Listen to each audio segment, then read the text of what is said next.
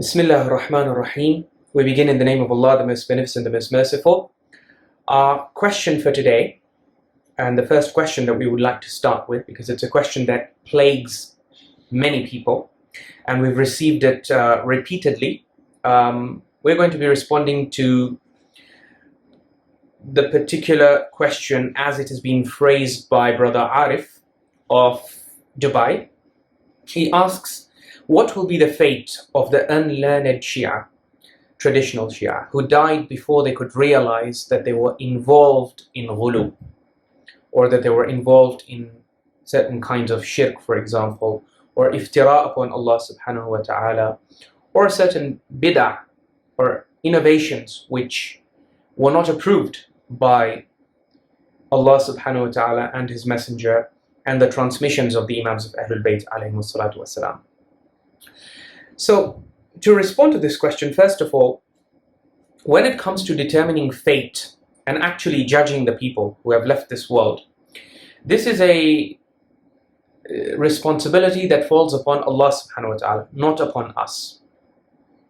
And so the best answer I can think of for this particular question, which we keep on repeatedly getting from people, I guess because after people are exposed to reform and they find out how many of their beliefs and practices are actually infiltrations or accretions that were added to the deen under the influence of ghulu, the natural question that arises in their minds is, what about our relatives, our parents perhaps, our grandparents, our friends, who may have passed away before all of this knowledge and information came out? What about them?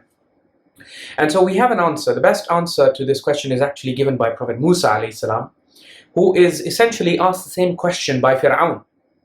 When he arrived in the court of Fir'aun and he started explaining his mission, one of the first questions that Fir'aun asked him, and it's recorded in Surah Taha, chapter 20 of the Quran, verses 51 and 52.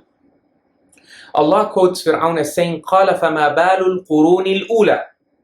Fir'aun turned to Musa alayhi salam and he said, okay, so you brought all this guidance and you're claiming that إِنَّا قَدْ أُوحِيَ إِلَيْنَا أَنَّ الْعَذَابَ عَلَى مَنْ كَذَّبَ وَتَوَلَّى, that whoever turns away from this guidance shall receive the punishment of the Lord.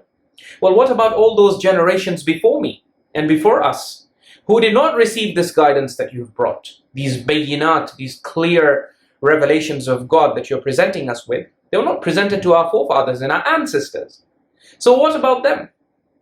And so there's also an underlying question against God's justice, which is hiding and lurking beneath the surface of this question, which is that, how will God punish those? You're telling us if we don't accept this guidance, Allah will punish us. Well, this guidance was not presented to so many of those who came before us. So what about them? And Musa alayhi salam gives a very beautiful response. In verse 52, Allah quotes him as saying, قَالَ عِلْمُهَا عِنْدَ رَبِّي فِي كِتَابٍ لَا يَضِلُّ رَبِّي وَلَا يَنْسَى. Musa alayhi salam says, don't worry about those previous generations. The ilm, the knowledge of all what they did and what they deserve, whether they deserve to be forgiven, whether they deserve to be punished, what good they did, what evil they did, and where they will eventually end up, in paradise or in hell. All of that information, قَالَ عِلْمُهَا, the knowledge of all of this, عِنْدَ رَبِّي, is with my Lord.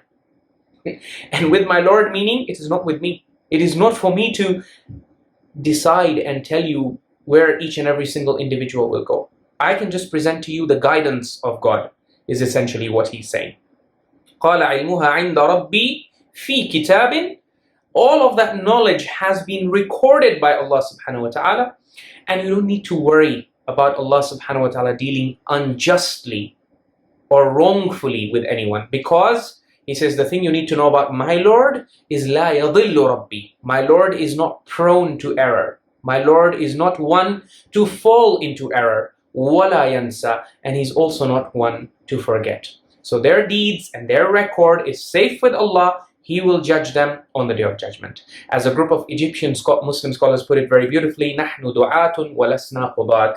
We are people who invite to the truth, but we are not the judges. The judge is Allah subhanahu wa ta'ala. وَالسَّلَامُ عَلَى مَنِ اتَّبَعَ الْهُدَى.